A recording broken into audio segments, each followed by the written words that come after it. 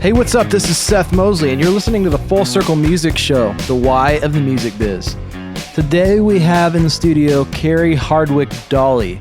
She is the creative publishing director at Essential Music Publishing, but has worn a lot of hats in Nashville. She's worked in radio promotions, she's worked in A&R, and now she's back in publishing at Essential. So she has a lot of wisdom to share. Over the course of her career, she's had the chance to work with artists like Mandisa, Carrie Job, Francesca Battistelli, Third Day, songwriters like Jason Ingram, Casey Brown, Paul Mabry, Mia Fields, and many, many more. A lot of who you've already heard on the Full Circle Music Show. And if you have not heard interviews with them, go back and look at our past episodes. Jason's been on the show, Mia's been on the show, Casey's been on the show, and so there's a lot you can learn from there. But Karrie has worked with pretty much all of them. So you're going to learn a lot from what it's been like for her to have her journey through the music industry, and not only just through the music industry, but for her going through it as a girl. You may have noticed by now that we haven't had a lot of girls on the Full Circle Music Show. And quite frankly, that has nothing to do with us trying to just interview guys. It has a lot to do with the fact that this is a very male-dominated industry. So we dive into that a little bit in the conversation as well. But before we dive in, check out this little message about the Music Production Mastery course. Hi, I'm looking for the next big music producers I can add to our Grammy-winning team. And I've created a course to help you 10x your music productions instantly. Music Production Mastery. I show you how we do things like programming, drum, bass, and guitar production, getting pro vocals, editing, post-production, mixing, Logic Pro, and Pro Tools. Who can I help?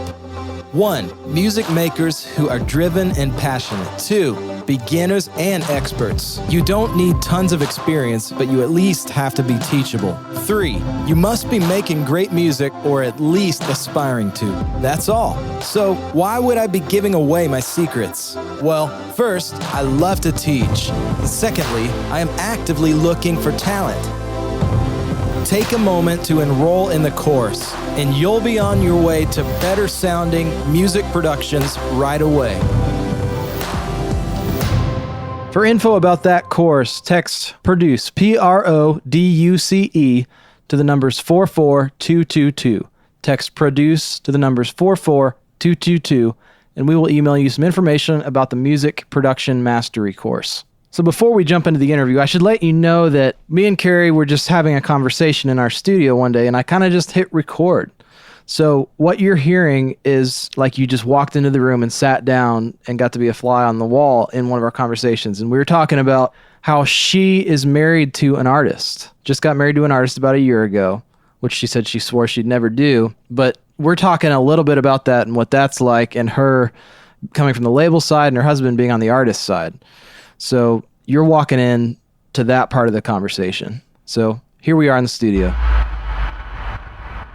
So this is an interesting conversation because you come from the label side. So you have this understanding of what it's like on the other side of the thing. Because you and your husband, obviously he's doing the artist thing, but you bring that to the table just in terms of your experience of knowing what it's like to be on the label side. Mm-hmm. And you probably know better than anybody that there really has to be something there, whether or not it's not even a question of good or bad or better or best. It's just like, is there a thing that comes straight from the artist that sometimes I don't work at a label and I never have, but sometimes, at least my perception is that nowadays we as creatives and as artists really need to bring something that has its own identity even before the label gets on board with it.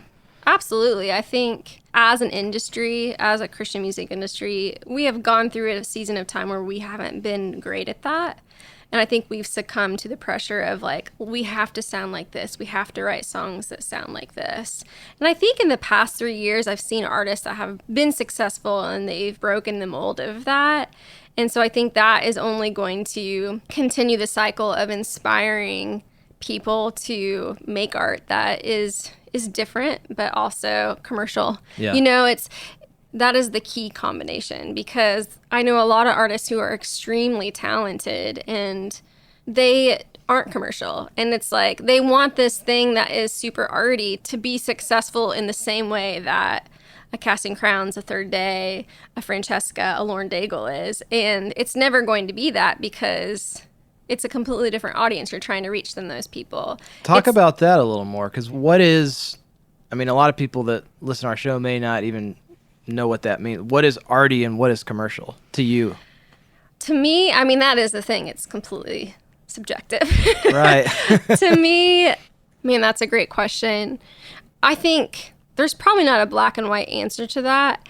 But I think one thing you should know as an artist, like as you were saying, it is important to have a strong identity artistically, period. If you're an artist, that's your calling. Have a strong identity of who you are, what you want to say, and what you want to sound like, period. You should start with that foundation. And then if you want to go the route of such and such artist or another artist, then you take a wider step out. And you take a look of like, okay, what kind of tools do I need? Here's my sound. Here's what I want to say. Here's what I do. What kind of tools do I need to take it to this next step that this artist has done as this artist has done? Do I need a radio single? If I do, what's working on radio? How can I take my unique sound that I do and make it into something that works for radio? Yeah. So it is a blend. I think it is a mix of the commercial and the artistics. But if you just want to stay in this like, I'm super arty. I write poems that only really intelligent people can understand, or you're making music for the masses if you're trying to have a tool that works for radio. If that's your goal, you're speaking to the masses. So, you have to think about your audience and when you're writing it. But a step deeper than that, you have to keep your identity as an artist as you're writing those songs that fit into this mold. So it is very difficult to do, but that's the key. It's like keep what you do that makes you so special and write something that fits into this mold, and that's the challenge of what you do as a writer and a producer. And that's the challenge that I do looking to sign writers and looking to sign artists. It's trying to find someone who has that special thing, but also wants to work with the right producers that can bring the right things out of them and work with the right partner, whether it's a label or a publishing company, and really trust that partner. And it's the blend of the two that I think can carry it to the next level. So it's So it's interesting because you were one of the first people that I met. You probably don't even know that when I moved to Nashville. Yeah, I remember. You were in a band. Yeah, I was in a band. I was signed to Word where you were at the time in publishing. Yep. Worked with Chad Segura then, right? Yep. So it's funny. It's just everything. Totally. When I met you, so you were working in publishing, and you've had kind of quite a journey even since then. Yeah. But I'd love to sort of just hear your backstory, just because, I Sure. mean, it's funny enough. Sometimes when I sit down to do these podcasts, I know the people really well. Yeah. So it's like we're just diving in even deeper. But yeah. I'd love to hear your story literally just from square one. I mean, how did you get into music? Yeah. How did you get to Nashville? Sure. The whole thing. Well, I was born in 1980. Just kidding. I became a Christian in college, and I was already studying music. And whenever I became a Christian, it was clear that I wanted to do something that was not just for entertainment's sake, but something that I felt like was something bigger than myself. And so I kind of got the Christian, I didn't even know what Christian music was until I was in college, never heard of Christian music. And so when I was in college, I had this revelation, I want to be in Christian music. I was like, where do you go if you want to be in Christian music? Well, you have to go to Nashville. So I literally, after I graduated, just packed up and moved to Nashville out of faith and just felt like this is where I was supposed to go. I didn't know. Where are you from originally? I'm from Southern Illinois. College there? I went to Millikan University, which is a small fine arts school in Decatur, Illinois. Very nice. Musical theater is their number one major. So was that what you were doing? No, I studied commercial music, which is basically music business with some performance emphasis. So awesome. I did the songwriting thing. I did the performance thing. I wasn't very good at it, but at least you as an artist? Yes. Can I find YouTube videos? No, you can't. Thank God. This is before YouTube. I'm so grateful. Yeah, you can't even find it, but there is a senior project of mine somewhere out there that I'm going to find it by the time we air this episode. You won't find it. It's going to be like literally the theme paid music. my parents, like, do not let anyone have their... Make sure it's done. Yeah. Like, all my credibility as someone who knows good songs will go out the window, but... That's awesome. Yeah, but I know how awkward it feels to be, like, thrown in a room with someone and write a song. At least I know how awkward that is. Yeah. It can be, anyway. Yeah. So anyway, I moved here, and out of college, didn't know anybody, literally didn't know one person, and was going to get an internship. And so I started applying for internships and soon figured out that in order to get internship at like one of the bigger companies, you had to be in college and you had to get college credit. Well, I had just graduated college, so I was like, oh shoot. And this internship popped up at Way FM, which is a Christian radio station here in Nashville. And I had no idea the connection of radio to the label. Zero. I knew nothing about it. I just thought, well, this is something at least music related. So I'll at least be surrounded by music and surrounded by people who love music. And so I did an internship for the morning show there for like 6 months. And I remember I was also working 2 jobs in retail just to pay my rent and, you know, just trying to make my way in Nashville. And it was a tough time. Back then, it felt like an eternity that I just didn't know. You know, you graduate from college, you have all these expectations of be able to like get a job and provide for myself. And then you're working at the mall. I'm like, this is super humbling. And what am I doing here? And I remember literally the week before my internship was over, I was just like, okay, God, I'm in Nashville. I don't know anybody. I'm working at the mall. And my internship's about to end. Like, what are you doing? And the next day, it was Mark Lee from Third Day came in the next morning for a radio interview on Way FM. And he had this person with him that was his radio promoter. His name was Phil Connor. And I remember just talking to this radio promoter, and I was like, hey, like, I'm looking for a job. If you know of any openings at Provident, like, let me know. This is about to be done. He's like, actually, I do. Come by the office next week and I'll give you a tour and you can meet my boss. And so I went on a tour and literally like I'm on a tour. So it's like, this is where radio is. This is where A&R is. And as I'm on this tour, I meet Andrew Patton, who's the head of radio at the time. And I met him for like 2 minutes. And the next day I got a call and was like, hey, Andrew wants to meet with you about this job. It was a job in radio promotions. Phil was actually leaving radio. He knew that he was leaving. So he was trying to help them find someone to take his place. And the next week I got hired at Provident. Wow. In the radio department? I did, yeah. I did radio promotions for 4 years. Wow. And then Chad Segura stole me away and I did publishing for 2 years at Word.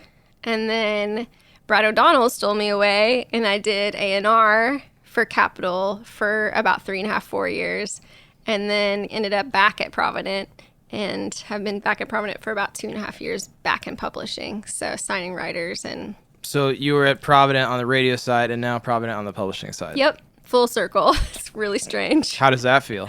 You know, the first day was really weird. I'm like, this is like deja vu, except I'm 14 years older. And at least I have a little bit of, I mean, I had no idea what I was doing day one the first time. At least the second time, I knew some people, had a clue of what I was doing. And I imagine it would feel, does it feel like going back to your old high school or something? A little bit, except, you know, a lot of different people there. Right. And I'm in publishing. Like when I was there the first time, there wasn't a publishing division. So. Because was it Brownwood Benson? Exactly. Yeah. Yeah. So it was cool. I mean, it was kind of a spiritual moment for me where God was like kind of giving me a reset of like, let's start this new season. I met my husband the week before I started my new job at Provident. And so it was like literally just a reset button of like, here's some things you've been praying for. Here's a job, you know, with some opportunity for you different than what you've been doing in the past. And here is a man that you've been praying for. So it's like, reset, here we go. And just fresh start. That's amazing. Yeah. So I want to rewind. How does one steal you from one label to another? Well, I mean, more of like when I was in radio, I was just so grateful I would have been a janitor at a label. I would have done anything to get in. And so I was just so grateful to be there. And it was such a great like position to learn because when you're in radio, you're attached to the marketing plan. You're attached to artist managers. You actually get to travel with the artists and you get to take them station to station. And then you're also at the forefront of hearing songs that either work or don't work on radio. So I didn't realize how much that would really train my ear or educate me on Christian radio. I had no idea. But my goal whenever I was in college and became a Christian, my goal was always to be in the creative side of Christian music. I've always felt a calling to help creatives. I've always felt like that is what I'm supposed to do. I'm here on earth to be a connector of people and to help build up creative people and support them. So when I was in radio, I was drinking from a fire hose, just learning so much about the industry. And about, 3 years in, it was kind of like, okay, I kind of got back to like, what was my original intention of getting to this industry? I'd never met Chad Segura before, but a guy named Connor Farley worked at Provident and had gone over from Provident to Word. And so when this position opened up at Word, Connor threw my name in the hat. And so that's how that happened. And Connor was the first guy Connor was the one that recommended me for that job. Yeah. And then Brad, when I was at Word in publishing, part of my job in publishing is to meet with A&R people, meet with managers. You're constantly just like promoting your writers, promoting your songs to other people. And so you meet with a lot of people. And so in meeting with Brad, we just became friends and got to know each other and worked well together. And I have a lot of respect for him and his song ears and his artist ears. And A&R was really what I thought was my end goal. I thought that was it. And so when he offered me that job, it was like an opportunity that I had been praying for since those college days. So it was really surreal and grateful for it. Super grateful. Sure. So being back in publishing now, are there things that you like about publishing better now? Or do you just feel like it's a kind of a seasonal thing? Yes. No. I think, starting off in publishing when I was working at Word, it was kind of like similar to my time at Provident in radio. I was just learning so much about what it means to be a good publisher. And I think that 2 years was so important for me to be able to be an A&R person when I was, because I met so many producers, I met so many writers. But in the time that I had an A&R, making records was so much fun. I will say, I think the perk of being in publishing as it relates to my personality and what I feel like my skill set is that there's less limitations, if that makes sense. For me to support songwriters, I get to go wherever the song takes me. And so sometimes that's a sync song, sometimes that's a radio song, sometimes that's a worship song, sometimes that's a pop song, sometimes that's a country song. So one of my favorite things to do is to meet a new writer or even a writer that's been doing it for a while and really look at what their skill set is and try and place them in opportunities that they haven't been in where they can use their skill set. So if that makes sense, it's just a little bit of a bigger box to play in, whereas an artist, they have a smaller box. If you've created your sound and you've created your style, you can adapt that, you can grow that as you should, but there's always going to be a smaller field you can play in. Whereas a writer, you can write with a rock leaning artist. You can write with a, an inspirational artist. You can write with a polka artist if you want. So there's just... Sorry if that freaked you out. We have this crazy, for our listeners, we have this coffee machine in our studio that we've nicknamed R2D2. Apparently it thinks someone's thirsty right now. It's actually cleaning itself. Oh, so okay. It's at least a very sanitary coffee maker. So that's really it's made it in several of our podcasts. Oh, interviews. Good. Hey, R2D2. So that's awesome. So just to name a few of the artists, you've worked with Mandisa, Carrie Job, Francesca Battistelli, Third Day, Jars of Clay, Casting Crowns. And on the writer side, Jason Ingram, Paul Mabry, Mia Fields, Jonathan Smith, Casey Brown, several of who we've had on this show. What do you feel like your role is as a publisher? Because I've asked several publishers this question. What makes a good publisher? Yeah. And you've been, obviously, had the experience now being at Provident. You were at Word before. Yeah. What do you think makes a good publisher? Well, I think a few things. I think one thing that you need to do, or at least I think you need to do as a publisher, is to look at each writer individually. Instead of just putting them through the same system of I've signed a new writer. Okay, let's put them through the same whatever that you put the other new writers through.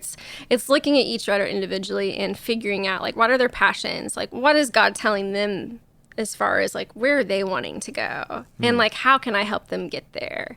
And if I can't help them get there, who can I connect them with that can help them get there? Sure. And if I haven't signed them yet and they're telling me what their passions are and where they're trying to go, and I know that that's not my skill set, having the wherewithal to be okay, I'm not the right partner for you, but maybe here are some people that would be good for you to talk to. So I think it's just treating each writer differently, looking at their skill set, and bringing them opportunity. I think one of my favorite things to do as I've gotten older and been in the industry for however many years, I have realized one of my favorite things to do is to connect people. Like, I love connecting people. And like, as you know, as it relates to publishing, it's like I hear a writer and like I hear what they're great at. And I'm like, oh my gosh, like if this writer connected with this writer, I know that magic would happen.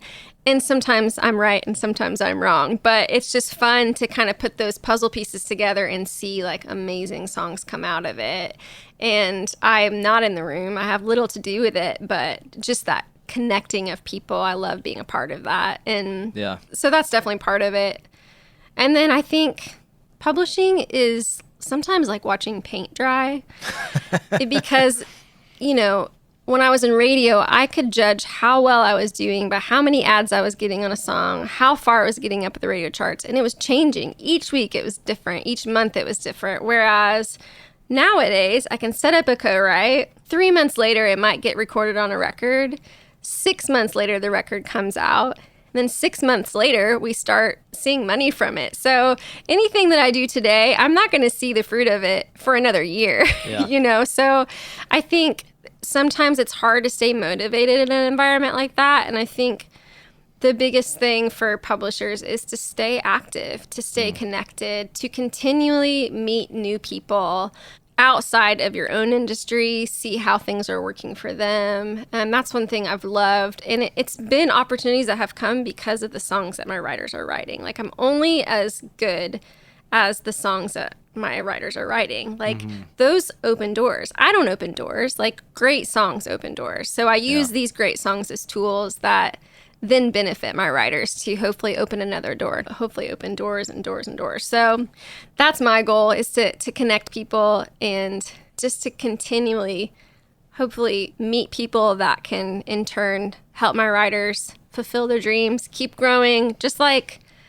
me in my career. Like, I want to keep growing in my career. I want to keep moving. And I know that writers of all different experience levels, they want to do the same. And so as this music industry shrinks, I have to be creative and think of, okay, I have 10 staff writers. How can I look at all these 10 staff writers who have all different skill sets?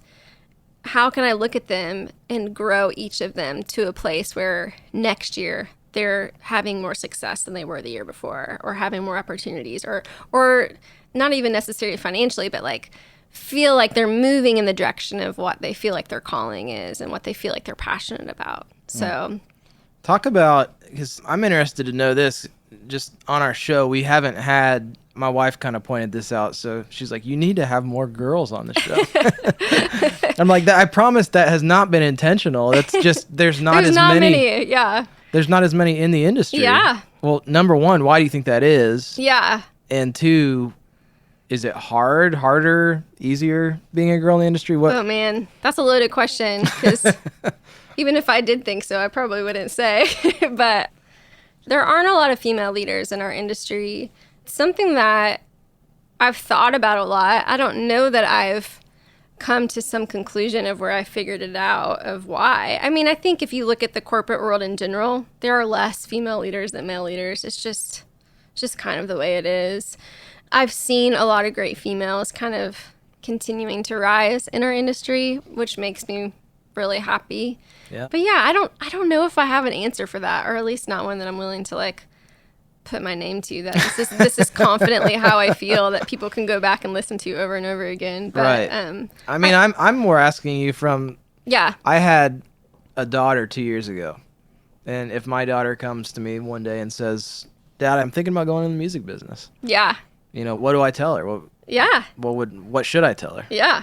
I think if that's something that's on her heart, I think God's going to open and close doors accordingly, like he did for me. But as far as like, I think just in general, being a woman in a professional environment, like there are things that women bring to the table that add value, that just like there are things that men bring to the table that add value, that we are very different from each other. Mm-hmm. And I think a weakness that happens in a corporate environment is that I think as a whole, women are kind of expected to act like men.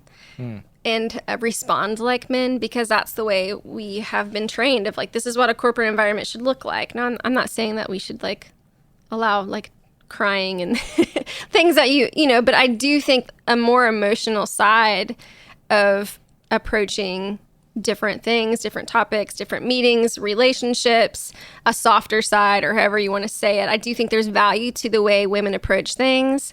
So instead of women being trained to act like men in professional environments, I'd love to figure out a way for women to figure out how to be women in a professional environment that is adding value and being encouraged, if that makes sense. And I think there are some situations where that is encouraged, and I think there are some situations where that's not. And my twin sister works in advertising, and that is a cutthroat industry, especially for females. And we've probably, what's the name of that show? Mad Men? Mad Men, yeah. I mean, she says that show is pretty right on as far as like, when women are passionate about what they do, sometimes it comes across as... It's like feminist, right? Yeah, like, oh, she's a bad word that starts with a B, or, like... Yeah. But if a man is passionate about what he does, it's like, oh, like, that's a really positive thing. You know what I'm saying? So it's the different approach, and, like, people read a woman's passion about something different than they read a man's passion about something, where at the end of the day, like, both of them are just as important and both of them are just as valuable, especially for Christian music. We're in an industry where most of our consumers are females, and so it's very important, I think, to have a female perspective in conversations as it relates to marketing and records. That's probably new to a lot of our listeners, that most of our demographic is a female listener base. I mean, you've been in radio before. Why do you think that is? I don't know. I mean, I think it probably relates to, like, statistically why there's more females attending churches than men, and I honestly don't know. Yeah. There may not be an answer to it. Yeah. I guess just our, like, rock music tends to be male-driven and lots of male listeners, and for Christian music, I think maybe something about the way females connect to a Christian lyric, Yeah. So we do need that. We need, obviously, if that's the industry that we're working in, we need more women in it. Yeah. Because it's the same on the business side, the same on the writer side, too. I mean, we have Mia Fields, and there's this new writer, Lindsay Sweat, that we're working with, and Molly Reed is a great example of a female writer in our industry. But outside of that, there's way more male writers than female writers, and it's kind of the same thing. It's like, well, we're writing songs for a lot of females. Like, totally. Why don't we put more females in the room? I mean, let's be honest. Me and every other male, we're just guessing. Well, you're married, so you're educated by direct contact. I'm married and I have a daughter, so there you go. I understand it a little bit better now. But on the same token, I totally agree with you that I wish there was more in it. And I think... I think it's an American thing, because my wife's from Sweden, and it's very progressive in terms of women's rights. And, a lot of people would call them a feminist country. Yeah. And probably by a lot of standards, in American standards, that is the case. But there's something that I do love about that, where you can have just as much opportunity and just as much success and room to work as any male in the industry. So. And I know we've come a long way as a country, but I still think there might be some room to grow for sure. Yeah, that's awesome. So that was a little bit of a sidebar tangent, because girl power. Yeah, girl power. Exactly. Hashtag girl power. Hashtag girl power. That's awesome. So so you're back in publishing now. Yes. What are some of the things? Because everybody's always freaked out about streaming's the new thing. Yes. Like, how do we make our money? And you were talking about how it's like watching paint dry, and it takes a long time. Yes. You might get paid 6 months after. Streaming, it's even longer, right? Because it's just like tons of tiny little, half a cent here, half a cent there. And we make less money on the song side than people make on the master side. So what are some of the things that you're having to do now to adapt with that? I think more opportunity. Like, we're still figuring out what that's going to look like and how that impacts our bottom line. And it's still to be determined, like, they're still in court for the PRO stuff. We don't know where that's going to land. We are all hoping that it lands in a more favorable place than it's looking like it's going to land now. But that's still a big question mark. And you're just referring to rates on payouts to songwriters for streaming. Yes.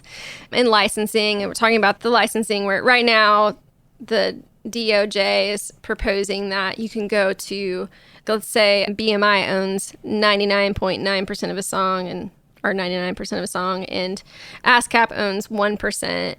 They want it to be blanket licensing. So basically you can go to ASCAP, who owns 1%, and they can approve on behalf of the entire song for whatever rate they decide. And it's a really scary thing because it could potentially lower the value of music even further.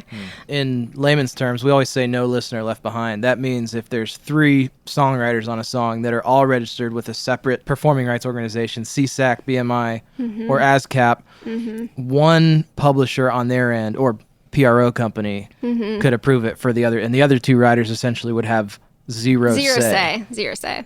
And that may be that, just hypothetical example, ASCAP has a relationship with somebody where they want to grant a gratis or a free use of a song. Yeah. But that just completely devalues what the other 2 writers. Yeah. And once you do it once, whoever those music partners are, they tend to think, well, this is how we can get it the value now. now. Yeah. So it's a scary situation. I think it's not, obviously, I think the PROs aren't going to want to undervalue music any more than we are. So I do think there are some standards that will be set, and there's just a lot of unknowns when it comes to that. But as far as the way the music industry is changing, the way streaming's being paid out and not being paid out, I think what that means for my writers, in my opinion, is that they have to look for more revenue streams. And so I think gone are the days where you can be like, I'm really good at this one thing and that's it. I put my foot in the ground. I'm known as the Christian worship lyric writer, and that's it. You know what I'm saying? You have to do something else. You have to be a producer. You have to be able to do sync. It's whatever your talent is, there has to be more than one bucket where you can place your talent. I think if you're going to be a full-time songwriter, in my opinion, I think as the industry changes and shrinks in a way, there's less opportunity in these little buckets. So instead of just trying to place yourself in one bucket, figure out how your skills can apply to more. How many songs a year do you think somebody who's actually wanting to be a professional songwriter? Yeah. And who is? How many songs a year are they having to write? Well, contractually, they're... Oh, not even that. Yeah. Just contracts aside, your thoughts on, hey, is 50 songs enough? Is 100 songs enough? Is 20 songs enough? I would say it's easier to say how often you're writing a week. I would say if you're wanting to be a full-time writer, you should be writing 4 days a week, if not 5 or 6. Sure. Yeah, I think...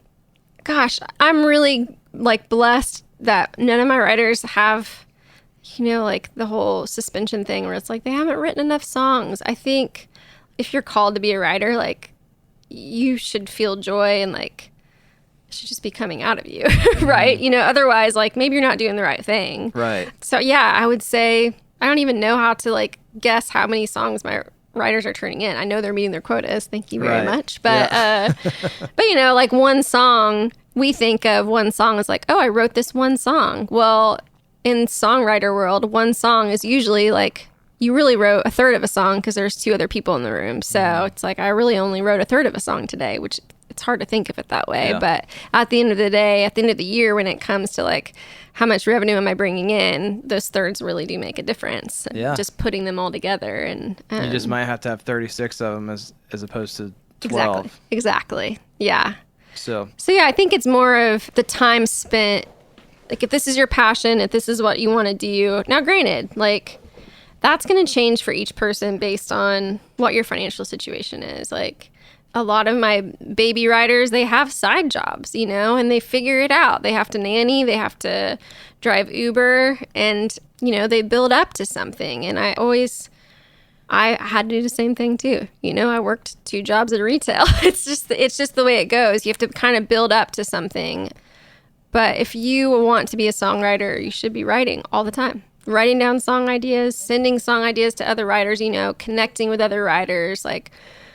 It's not about getting signed. It's not once you're signed, you're a writer. It's no, you should already be a writer before we sign you. You should already have your own network of people. You should already have producers that There's nothing stopping you, especially in the town of Nashville. There's nothing stopping you. If this is your business, I'm a writer, this is my business. you might find a partner for your business, which is what I would be. I would be your partner, but I'm partnering with your business. I'm not running your business for you. You know, like while I'm working for your business, you're also working for your business. You're also going out, while I'm going out and meeting people that will help you, you're doing the same. Or as I connect people with you, you do a good job of taking care of that relationship and furthering it, you know, instead of me having to do all of it. Sure. It's really a partnership. It's your business. I'm just helping you with your business. This is interesting because if a writer already has their own network, they've already writing, they already got their thing going, why have a publisher? Well, it just depends. If you think, I think two is always better. It's completely not a loaded question at all. I get it. It's a great question. And I'm sure a lot of people ask that question. I think two people are better than one if it's the right two people. For my sake, I would not be where I am today if it wasn't for other people. Even as scrappy as I can be and as extroverted as I can be, I have benefited through the people that I have partnered with, which are the companies that I've worked for, and the relationships that they have then introduced me to. So it's the same thing. It's like, if you feel like you're the most popular person in town and for whatever reason, like, you have all of the time to be creative, write songs, manage your catalog, set up co-writes, and extend your network. Like, first of all, I want to know your secret. And like, you've got to be on drugs because there's just not that many hours in a day. But yeah, to me, it's just like anything. If you have someone that you really believe gets your vision and you think is well connected or can help your songs, then it's worth partnering with someone. And partnerships with publishers look like a million different things. That's one of the beautiful things about publishing. It can be a million different things. But so talk about, you touched on it a little bit ago, but sync, film and TV, writers writing, is that something your writers are actively creating content for? Yep. I'm kind of the liaison between our sync catalog, and we have a company through Sony that pitches our sync songs. So, you know, one thing I think every artist and every writer thinks they have songs for sync. And I will say confidently that most of them don't. And if you want to be in the sync game, first of all, it's highly competitive.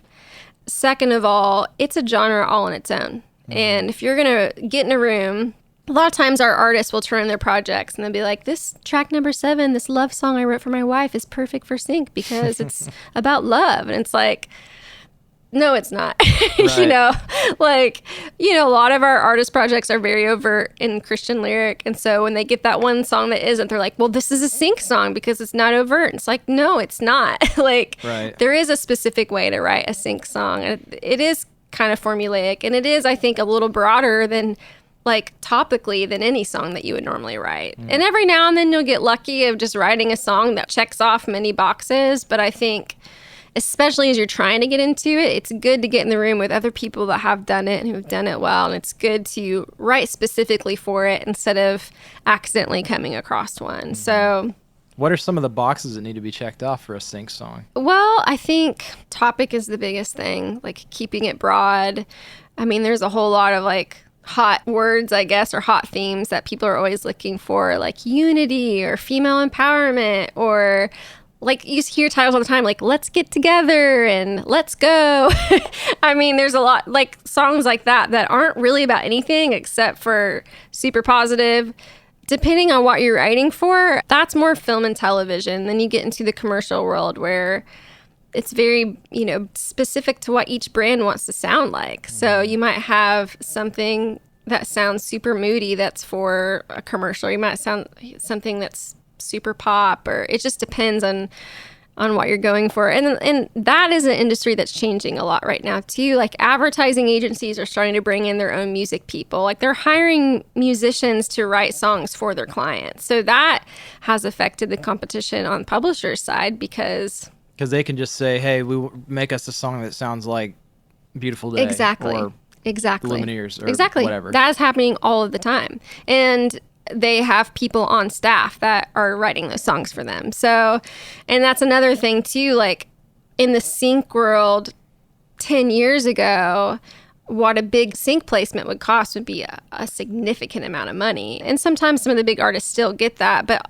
as music has cost less to make, the budgets for those things have become smaller because they're like, well, this guy in his basement can make something that sounds just as good as this, which there's pros and cons to that. Well, that you talked about that a little bit, because if somebody pays one thing and they have to pay more for it the next time, they think it's expensive. Exactly. So yeah, it's probably the same. Totally. And the thing about sync is that it's so competitive and so many people want it because it's got this like cool hip factor. It's cool to talk about, like, oh, I have this song on this cool TV show. There are writers and artists that will do it for very little. And so... Well, it's publicity, right? Yeah, it's publicity in their mind. And sometimes it is, sometimes it isn't. But... you may have these songs that are amazing for sync, but they're attached to these big brands that won't take anything less than such and such number. Mm-hmm. And so you're hearing a lot of, I guess, knockoffs of these big songs because these big artists aren't going to approve the budget that is allowed. So they're like, well, fine, we'll just go write one that sounds a lot like it and it's got the same vibe and accomplishes the same mission. Exactly. So talk about if one of your writers writes something with an artist and the artist wants to get a sync and they're willing to basically do it for nothing. Okay. How do you approach that? Well, or does that not usually happen? Usually not for nothing. Like, I don't know of any time where we would do it for nothing, even if it's just $500. Like, right. I think it's always a case-by-case basis. It always... it depends on what we're going to get out of it. If we do feel it, sometimes it really is legitimately an opportunity where your music will be advertised. Sometimes it's not. Sometimes it's just cool background music and no one's going to go look it up. It's just cool background music. Right. And so if we feel like it's an opportunity where we're in front of a lot of people and it's a valuable brand that we want to attach ourselves to, then, we're going to play ball on that. But we always want to have the best interest of the copyright in mind, which in turn has the best interest of the writer in mind. So It is definitely a case-by-case basis, but I don't think I haven't worked with any artist that's like, yeah, give my music away for free. I mean, they've definitely wanted to do some deals that maybe weren't in their best interest in the long run as far as it relates to sync, but usually at least push back, at least I think our job is to push for as much as we can get for something. If we end up getting something lower, at least we can say we fought for the value of this, and we've seen other placements. There are some things like trailers and things like that. We're never going to go below a certain amount because we just know what they're worth. And if once we start getting it lower than that, like I said earlier, they're going to start expecting it. So you just have to be careful of how you value music. Yeah, that's really good. So.